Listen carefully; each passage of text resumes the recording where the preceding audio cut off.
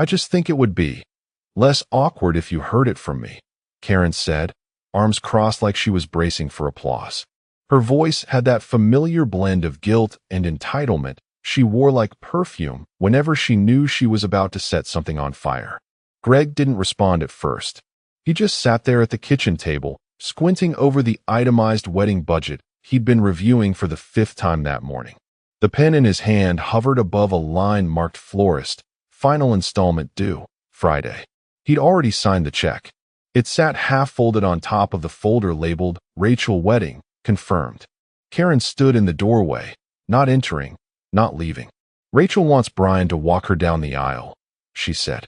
The pen slipped out of Greg's fingers and rolled onto the floor. Brian. She didn't say his last name. She didn't need to.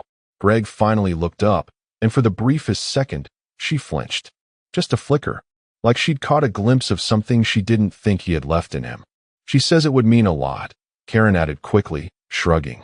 You can still come, of course, if you want. The silence that followed wasn't passive.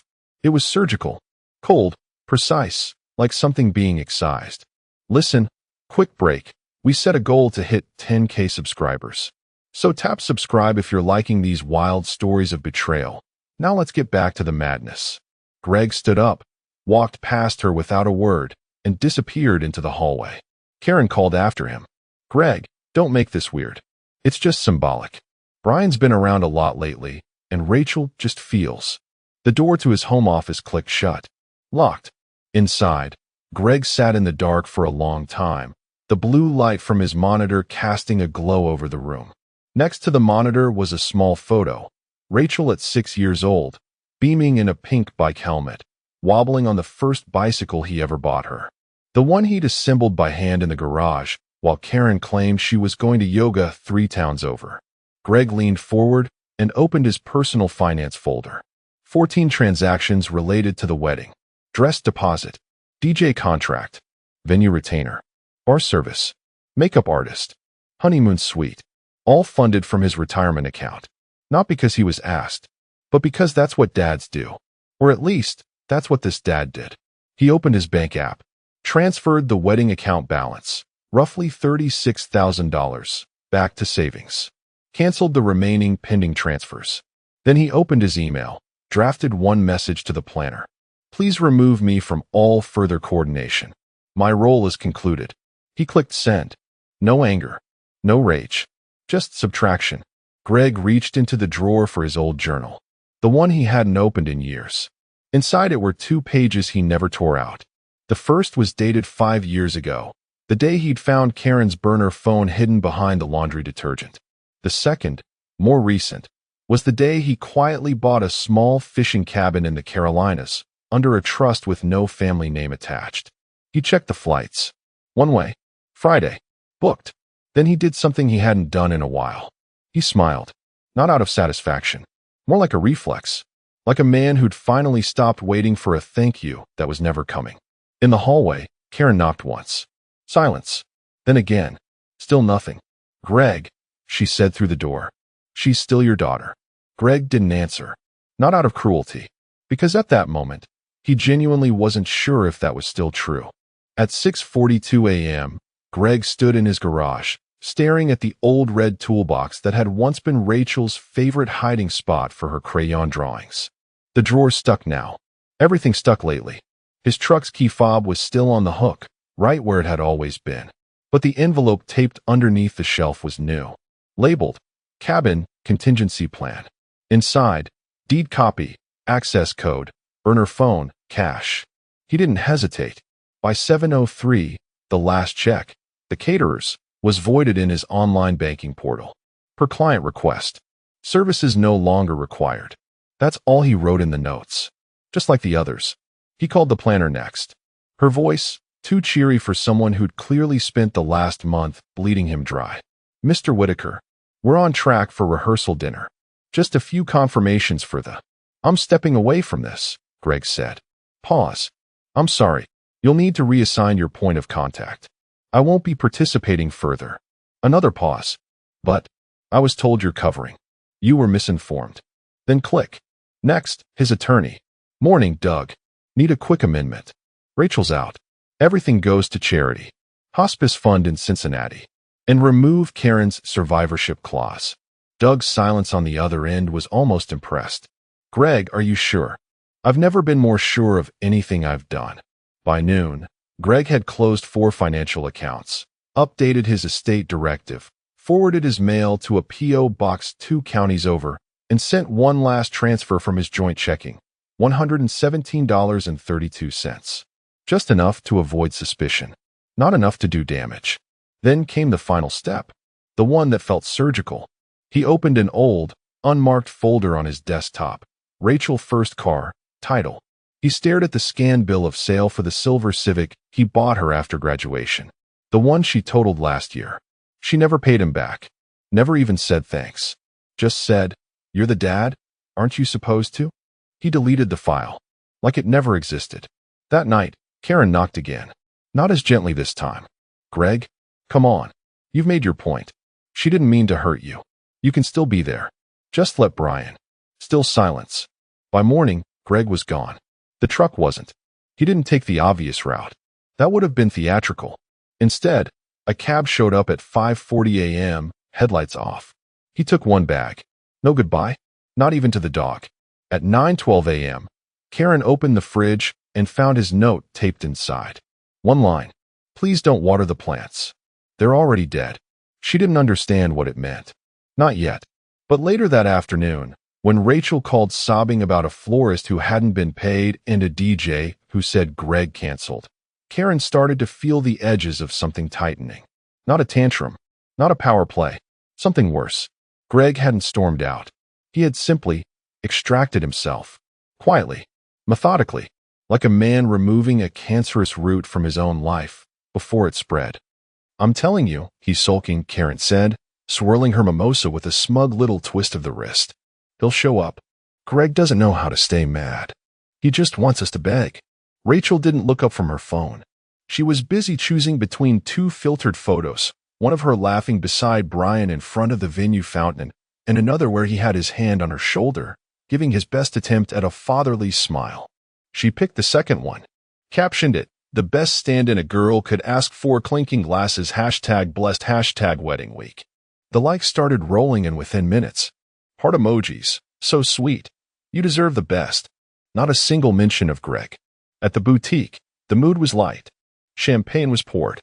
Karen posed with Rachel in front of the mirror, beaming like she was the bride herself.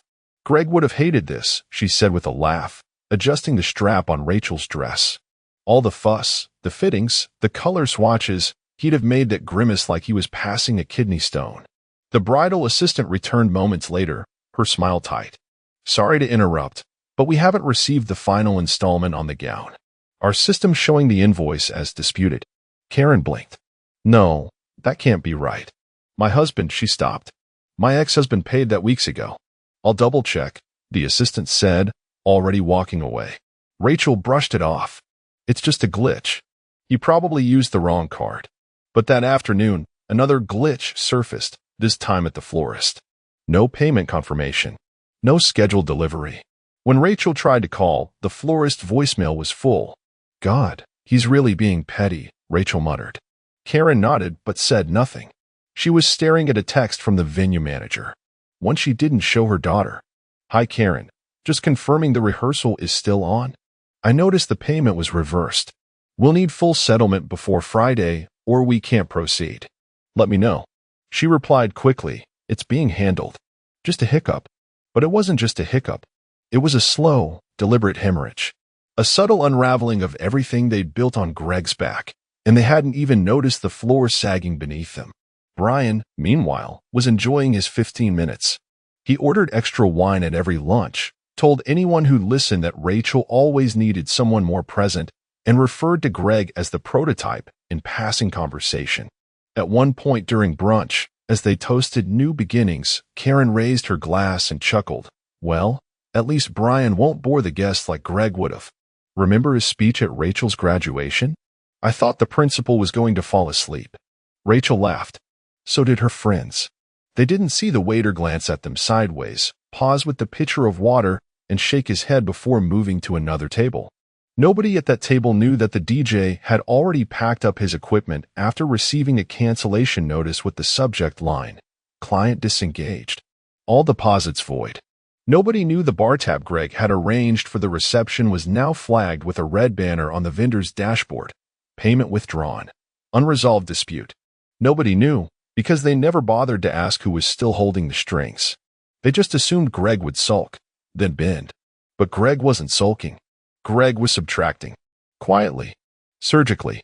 Precisely. And by the time anyone realized it, they'd already smiled for the cameras, standing on a stage he'd already lit on fire. The first thing they noticed was the heat. It hit them like a wave the moment they stepped out of the rental car, sticky, unrelenting, July in Ohio heat. No hum from the air conditioning units. No ambient music through the outdoor speakers. No staff bustling around with clipboards and walkie-talkies. Just dead silence in the distant whine of cicadas. Rachel adjusted the hem of her rehearsal dress and looked around. Why is it so empty? Karen tried the front doors. Locked. Then, out of the corner of her eye, she spotted movement. Someone in a blue polo emerging from a side door. The venue manager, a lanky guy named Mark, was carrying a box of unsold champagne flutes and looked far more interested in the cicadas than the bride. "Hi," Karen called, forcing a smile. "We're here for the rehearsal?" Rachel Whitaker. Mark didn't even reach for a clipboard. "Oh, yeah. So there's been a bit of a snag," he said, scratching behind his ear. "The payment was reversed last night. All of it." Karen blinked. "What do you mean, reversed?" "The deposit went through weeks ago." He nodded. "Yep, but the final check bounced. And then we got a notification the whole transaction was disputed, fraud alert or something. Policy says no funds, no event." Rachel stepped forward, her voice sharp. "We have a wedding in 24 hours. We sent out 200 invitations. The dress fitting is at 6. The officiant is flying in from Atlanta." Mark raised both palms like a man trying to avoid stray bullets. "Hey, I'm just the messenger. We sent 2 follow-up emails. Got no reply. I'd let you in, but my manager's strict. If we host a rehearsal with a flagged account, we're liable." Karen's voice trembled. "Let me just make a call." She stepped away, dialing Greg for the 5th time in 3 days. Voicemail. Again. She left no message. There wasn't much to say. Rachel was pacing now, heels clicking like gunshots against the concrete. Where the hell is the florist? They were supposed to deliver the arch and the centerpieces by noon. Karen tried her number. Straight to voicemail. Rachel screamed into the sky. "Unbelievable. I swear to God, if Greg is doing this to punish me." But before she could finish, her phone buzzed. Text from Melissa, Florals and Design. "Hi Rachel. Our delivery is on hold. Per our contract, non-payment void service. Please contact our office to resolve balance. We're happy to assist once cleared." Rachel threw the phone at the ground. It bounced once, cracked the screen. Brian, ever the dependable fill-in, was conspicuously absent. Karen tried his number. It rang 3 times before going to voicemail. She left a breathless, panicked message. "Brian, we're at the venue. It's locked. Everything's a mess. Please call me." No response. She looked around. Guests had started arriving, parents of the groom, cousins, one elderly aunt with a walker and a bad knee. People with nowhere to sit, nothing to rehearse, no idea why they were standing in 91-degree heat under a powerless pavilion. And then, just to really complete the picture, the sprinkler system kicked on at the far end of the garden, soaking the folding chairs Greg had once insisted on upgrading to something dignified. Karen pulled out a tissue, dabbed her forehead. Rachel sat on the concrete, dress rumpled, makeup sliding, eyes vacant. For the first time, neither of them said a word. They didn't need to, because in that moment, it was unmistakably clear. Greg wasn't coming, and he hadn't just withdrawn. He had dismantled the entire operation while smiling in their faces. Everything had looked intact until they tried to use it. Now it was nothing but props. A wedding-shaped mirage. And they were the only ones still pretending it was real. By noon, the parking lot was full of confused guests in pastel dresses and borrowed suits, fanning themselves with folded programs that read, "Rachel and Brian, a new chapter." The ceremony was supposed to start at 1 o'clock. At 1:12, the DJ table sat empty. No booth. No speakers. Just a plastic folding chair with a tangled AUX cable tossed on top like a relic from a forgotten era. The string lights strung across the ceremony arch flickered sporadically, half of them dead, the rest dim and sputtering like they were powered by a dying car battery. A few guests murmured, looking at each other. Was this the aesthetic? In the bride's makeshift prep room, a converted janitor's closet inside the venue's side wing, Rachel was crumpled in a cheap velvet chair, mascara streaked down both cheeks, hair still in curlers. Her dress was still at the boutique. Karen had tried to pay for it that morning, card after card. Declined. Every one. The boutique owner, politely but firmly, had said, "We can't release it until the balance clears." "I'm sorry." So Rachel now sat in an emergency dress, a department store bridesmaid gown 3 sizes too big, pinned at the back with binder clips. She looked like a child playing wedding with her mother's old nightgown. "I can't go out like this," she whispered, voice shaking. "People will laugh." Karen crouched beside her, smoothing her shoulder. "They won't laugh, honey. They'll understand." Rachel looked up, red-eyed. "Where is Brian?" The door creaked open. Speak of the devil. Brian stumbled in, dress shirt half-buttoned, sunglasses still on, reeking of whiskey and bad decisions. He had a to-go cup from a local pub and an unlit cigar tucked behind one ear like some midlife pirate. "Ladies," he slurred, arms wide. "We ready to do this?" Rachel bolted upright. "Are you drunk?" "Just a couple nerves, sweetheart." "I mean, this is kind of a lot, right?" He looked around the janitor's closet like it was a 4-season suite. "I gotta be honest, I don't feel great about being, like, a replacement dad.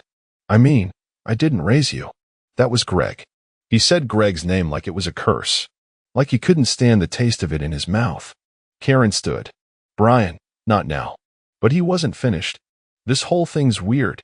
I thought I was here to help, not to become the guy." He gestured vaguely toward the half-lit reception hall. "It's like everyone's pretending." Karen grabbed his elbow, hissing, "You need to pull it together." Out at the altar, the officiant stood awkwardly beneath a deflating floral arch. Guests shifted in their seats, whispering.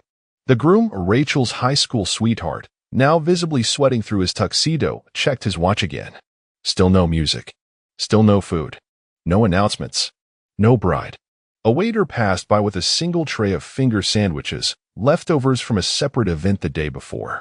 A bridesmaid grabbed 2 and stuffed them in her clutch. The officiant approached the groom. "Should we delay?" The groom didn't answer. The shame was no longer subtle. It was tangible, sticky, hanging in the humid air like the smoke from Brian's unlit cigar.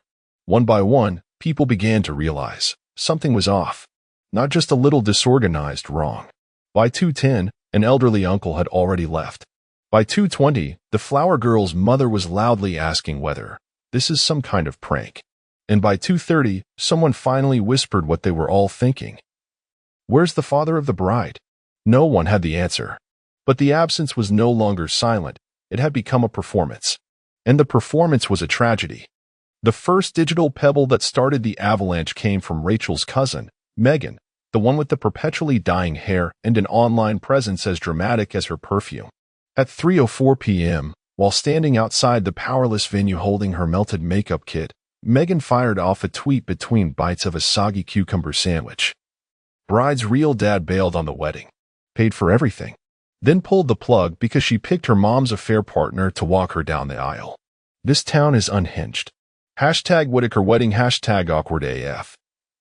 It went viral in under an hour. Locally viral, sure. But in a small Ohio town, that's all it takes to go nuclear. By 4 p.m., someone from Rachel's old high school class posted a TikTok from the parking lot with text overlaid. "No food, no music, bride crying, venue dark. Groom's crying too, I think. Heard her dad canceled it all after finding out he was replaced by the side piece." Back at Greg's former neighborhood, 3 retirees played poker on a front porch. One of them, Alan, Greg's ex-coworker from the county housing board, put down his cards and squinted at his phone. "You guys seen this? Rachel Whitaker's wedding blew up." "Oh, the one Greg paid for?" "Apparently, not anymore." Laughter. Across town, in the break room of a dental clinic, someone read the tweet aloud to Karen's old coworker, Lisa, who promptly texted it to the group chat named Bunko Divas. "Guess Karen's chickens finally came home." Greg always did keep the receipts. Literally.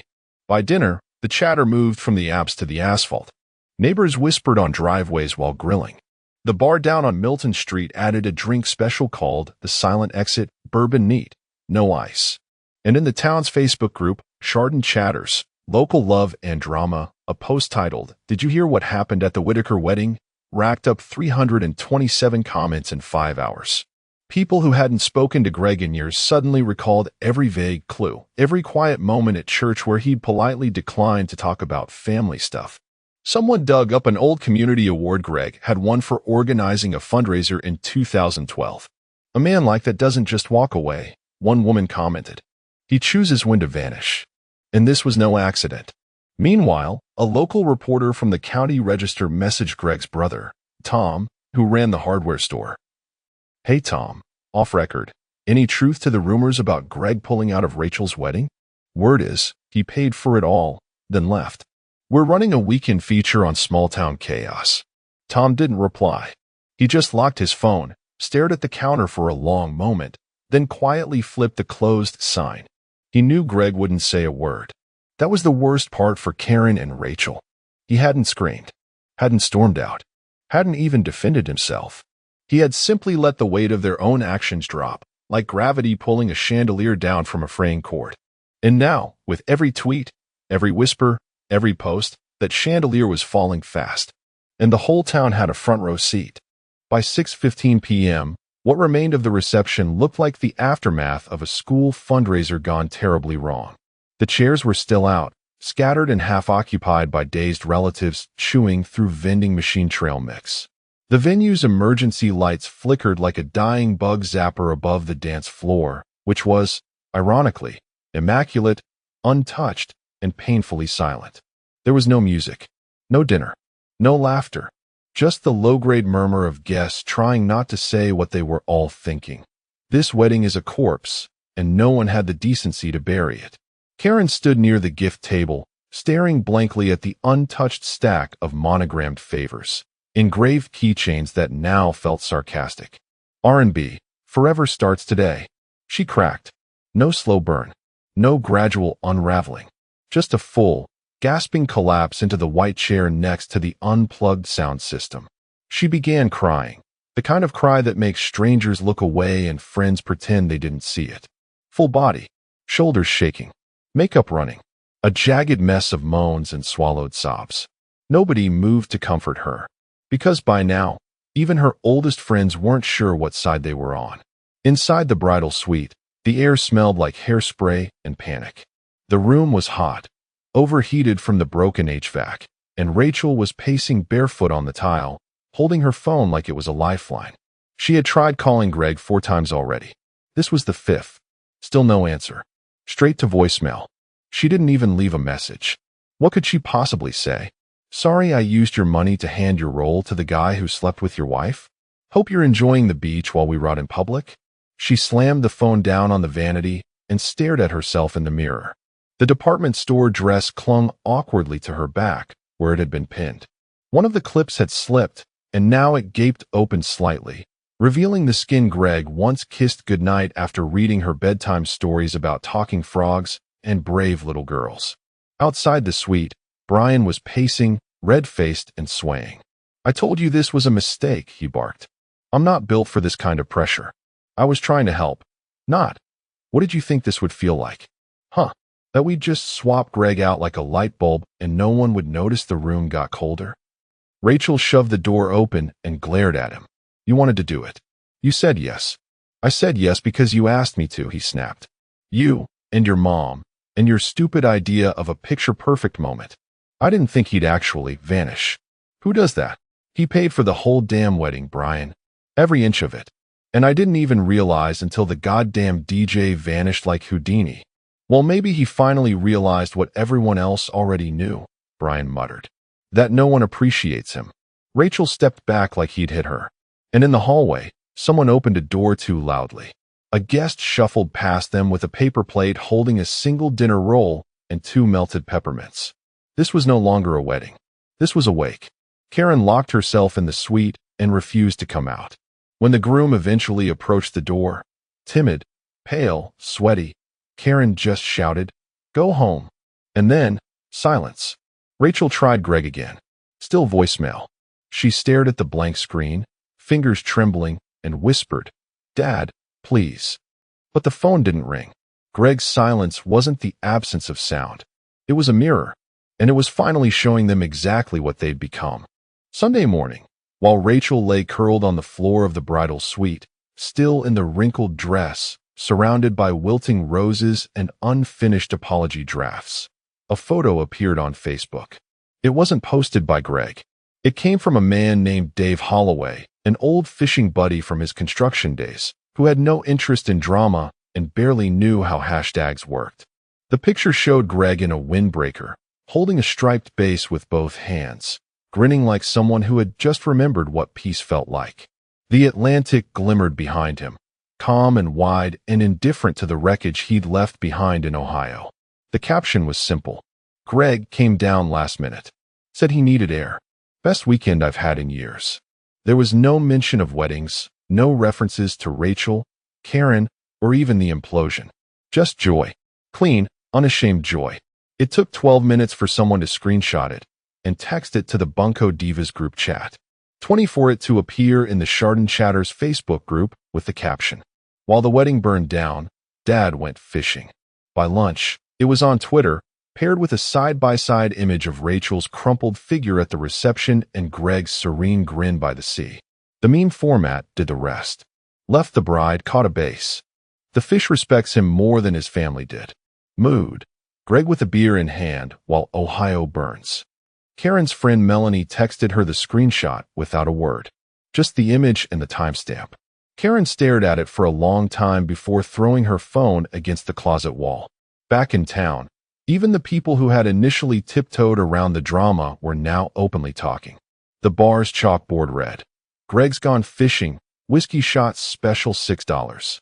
Greg's former co-worker Alan commented under the photo, "This is what grace under fire looks like." Someone from the church choir posted, "He was always the quiet one. Guess he found the loudest way to speak."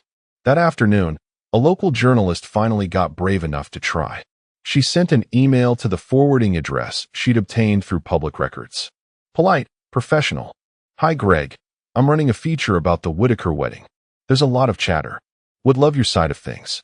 Even just a quote. Greg read it while sitting on the cabin porch, salt air in his lungs, his coffee still warm in the mug. He didn't reply. He didn't delete it, either.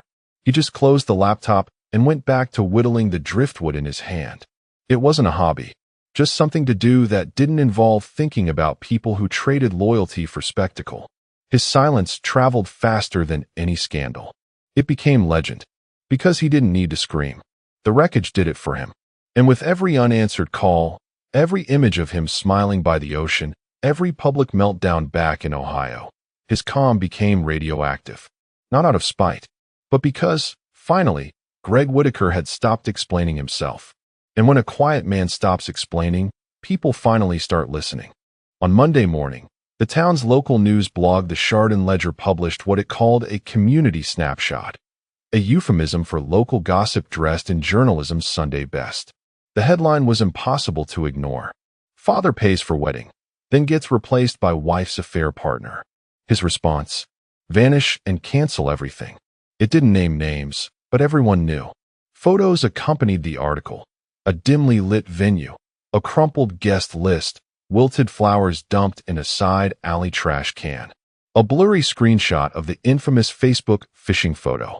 The final blow, a cell phone picture of Rachel, disheveled and crying in what looked like a janitor's closet. The reporter had done her homework. The article was careful, no slander, no wild claims. Just dots connected with surgical precision. Receipts referenced. Quotes pulled from public posts before they were deleted. Even a line from Meghan's viral tweet. Within hours, the Ledger's website crashed from traffic. By noon, Buzzline Daily had picked it up under their human interest section with the headline, "Bride ditches dad for mom's ex-lover. He quietly destroys the wedding from behind the scenes." That's when it really blew up. Twitter lost its mind. This man is Thanos in a flannel shirt. Greg didn't get mad. He got legendary. Silent revenge is the most powerful genre. The story began circulating through Reddit threads, group chats, and even meme pages typically reserved for jokes about dads falling asleep during NCS. Some therapist with a blue checkmark tweeted, "What this man did was not revenge. It was self-respect hitting its boiling point." Meanwhile, Karen sat in Rachel's guest bedroom, curtains drawn, lit only by the glow of her iPad screen and her shame. Every ping from her inbox was another notification she didn't want. She hadn't even opened Facebook that morning. Someone else had sent her the article in a text, with nothing but a skull emoji. She tried logging in to respond. A post, a comment, anything to shift the narrative. But it was pointless. The top comment under the Ledger article had 14K upvotes. She didn't just burn the bridge. She handed the matches to her affair partner and asked her dad to build the damn thing first. Rachel, in the kitchen, refreshed her own socials in a panic. The comments were brutal. Daddy's money, but not daddy's walk. Hope that DJ accepts tears as payment. Imagine replacing your actual dad with the guy who broke up your parents and thinking there wouldn't be consequences. She deleted her Instagram, then Twitter, then TikTok. Karen followed soon after. But by then, the screenshots were already everywhere. The internet doesn't care if you delete something. It remembers. And in every group chat, message board, and headline, the message was the same. Greg hadn't gone nuclear. He'd simply disappeared, and his absence echoed louder than any explosion. He didn't fight to defend his honor. He let their betrayal rot in daylight, uninterrupted. And now, with the entire country watching, Karen and Rachel realized something far worse than being humiliated. They'd underestimated a man who never raised his voice, because he'd never needed to. He knew silence would finish what their cruelty started. It was 3 weeks after the wedding that wasn't when Greg finally returned to town. He didn't announce it. No Facebook check-in, no calls, no knocking on old doors. He simply needed lumber. The back porch of the cabin had a soft spot in the planks, and there was something almost poetic about fixing your own foundation while others watched theirs rot. So he parked his truck outside Holbrook's Hardware, same as he had for 20 years, and walked in like a man who had never left. The bell above the door jingled. Everything smelled the same: pine, rubber, and dust. The kind of place where time moved slower, or maybe just refused to move at all. He was in aisle 7, comparing cedar boards, when he heard the unmistakable voice behind him. Not loud, not angry, just broken. "Dad?" Greg didn't turn right away. He stared at the grain of the wood in his hands. It was clean, unblemished, straight. No knots, no rot, something reliable. He placed it carefully back on the shelf. "Dad, please." The voice cracked mid-syllable. A plea caught in the throat. He finally turned. Rachel stood at the end of the aisle, makeup-free, in faded jeans and an oversized sweatshirt. Her eyes were rimmed red. No wedding ring. Her phone hung limply in her hand like she'd forgotten she was holding it. She took one step toward him, then stopped. "You were right," she whispered. "About all of it." Greg didn't move. His face didn't change. He didn't flinch, or sigh, or shake his head. He just looked at her. Not like a stranger. Not like a father. Like a man remembering that once, long ago, he had stood in a courtroom watching his family choose someone else. Like a man who had silently swallowed the bitterness of being replaced, dismissed, and expected to keep smiling while funding the entire performance. He took a breath. Small. Steady. Then turned back toward the lumber rack. Rachel stepped forward. "Dad, I was stupid. Karen made it sound like." But the words fell apart, because she wasn't even sure which version of the lie she wanted to defend anymore. Greg didn't answer. He didn't need to. He simply picked up the cedar board again, checked the edge, and began walking toward checkout. She followed him, trailing behind like an apology with no legs. "I miss you," she said, desperate now. I didn't know how much until you were gone." Greg paused at the end of the aisle, not to look back, just to shift the board under his arm. Then, without turning, he said one sentence. Not cruel, not loud, just final. "You made that decision before I did." And with that, he walked to the register, paid in cash, and left. No hug, no scene, just a man who had once been left standing in the emotional rubble of his own family, now walking away from the ashes they made without him. And for the first time in Rachel's life, her father didn't offer to fix it. He let her stand alone.